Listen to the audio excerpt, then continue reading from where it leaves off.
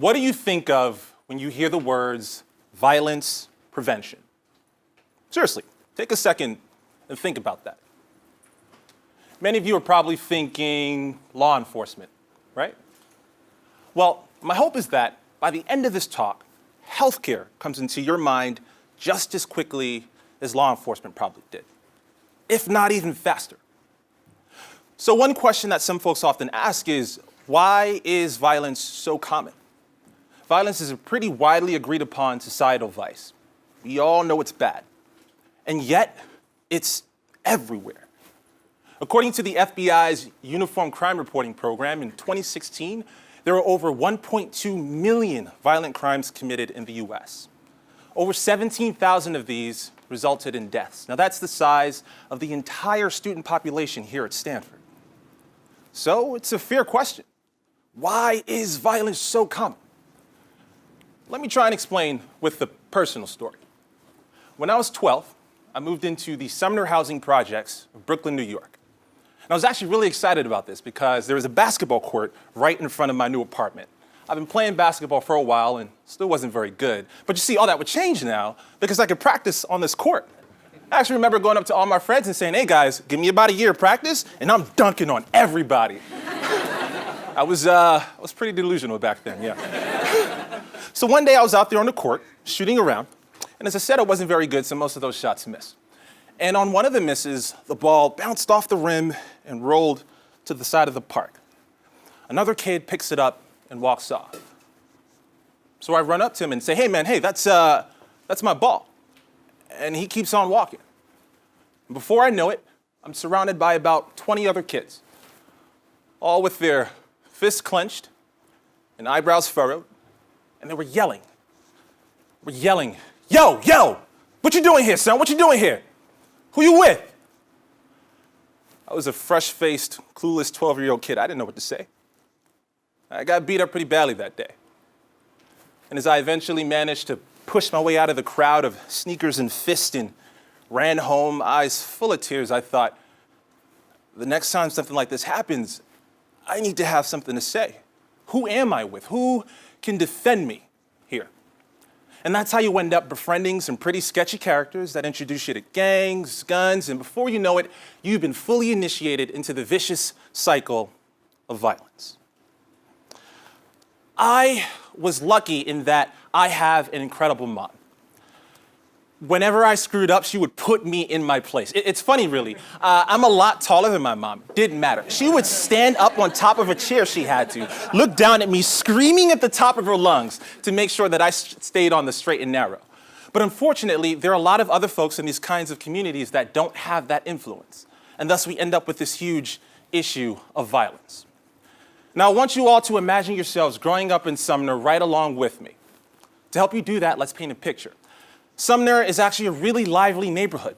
There are tons of beautiful parks and trees, little kids running around as they play on pretty much every block.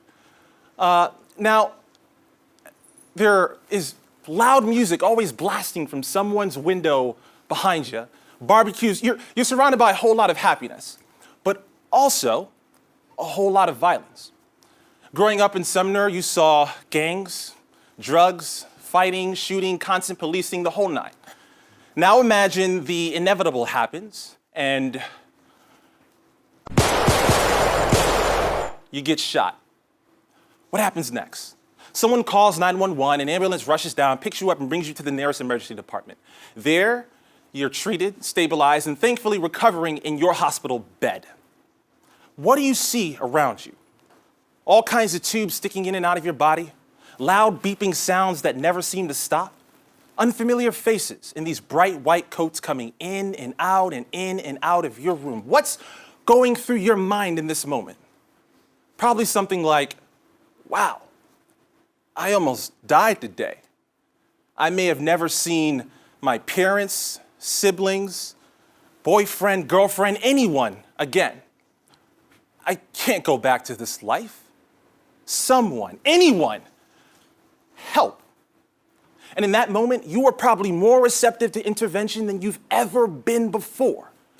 But That's also, keep in mind, a huge window of opportunity that law enforcement just doesn't have. But unfortunately, in many instances, these patients are treated and then sent right back to the same violent environment that spawned those injuries in the first place with no means of preventing recurrence.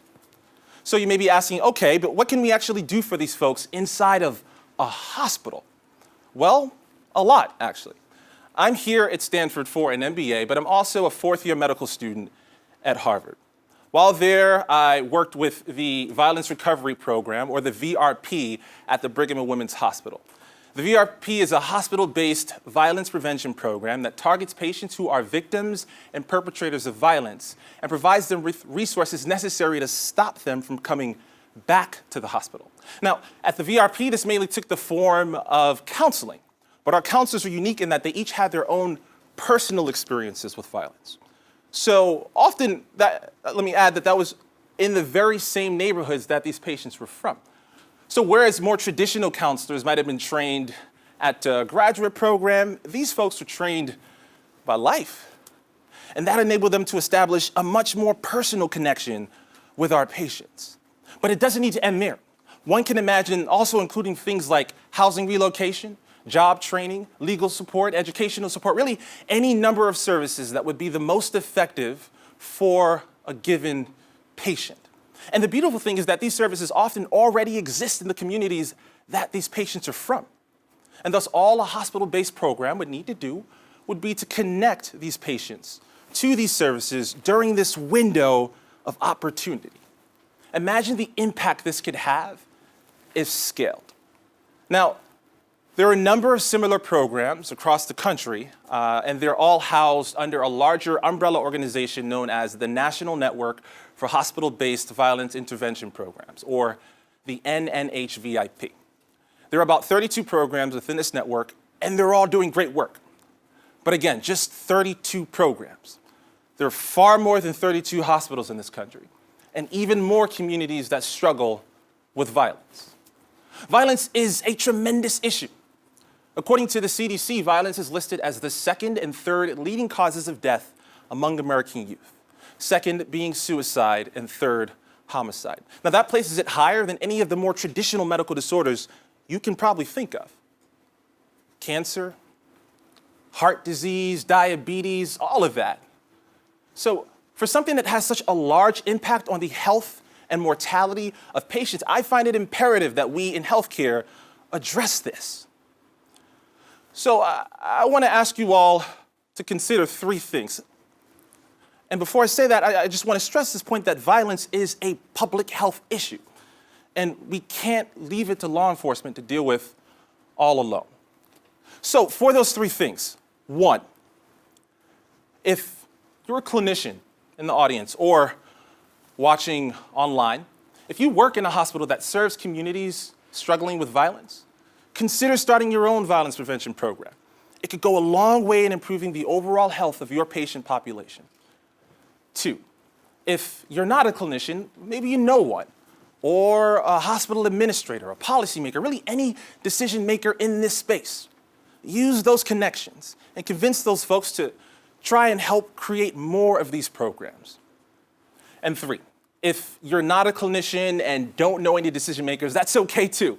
At the very least, think back to the question that we started this talk with. What do you think of when you hear the words violence prevention?